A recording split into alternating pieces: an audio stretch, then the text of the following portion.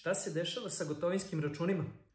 Otprilike odlaze u istoriju. Zato što sada po novom bit će moguće da se na samom računu, znači hajde i dalje ga zovimo fiskalni račun, mada će on to definitivno prestati da bude i bit će u stvari najobičniji račun, ali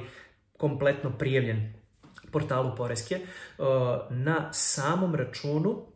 moći će odmah da se odštampa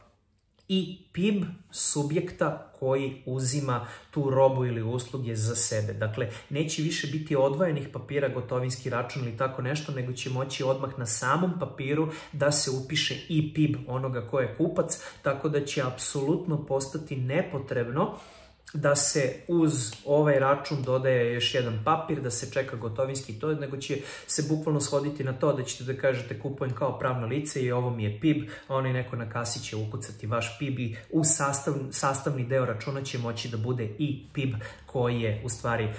to naručio. Time će Poreska postići i jednu drugu stvar, a to je kontrolu, jer naime, budući da će sve transakcije biti prijavljene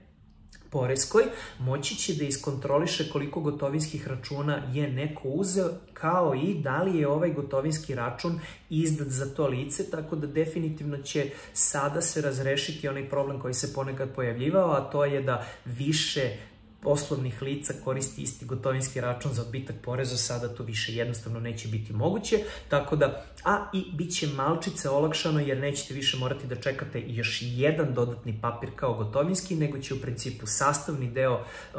klasičnog računa moći da bude PIB koji je neophodan da bi se to računovodstveno preložilo u knjige i da bi se dobilo umanjenje poreza i tako dalje i tako bliže. Znači,